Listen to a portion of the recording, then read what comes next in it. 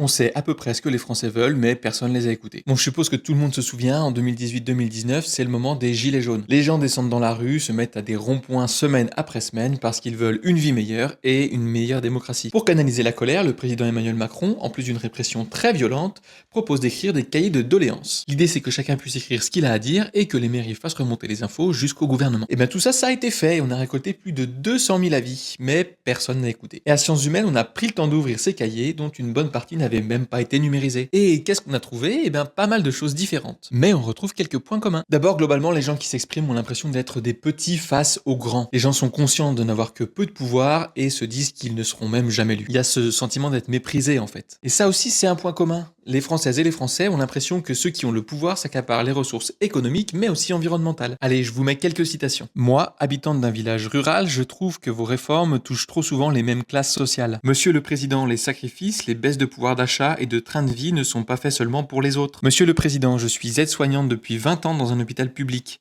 Il y a de moins en moins de personnel, nous n'avons plus le temps de prendre soin des patients. Le travail effectué aujourd'hui, c'est de l'abattage et non des soins.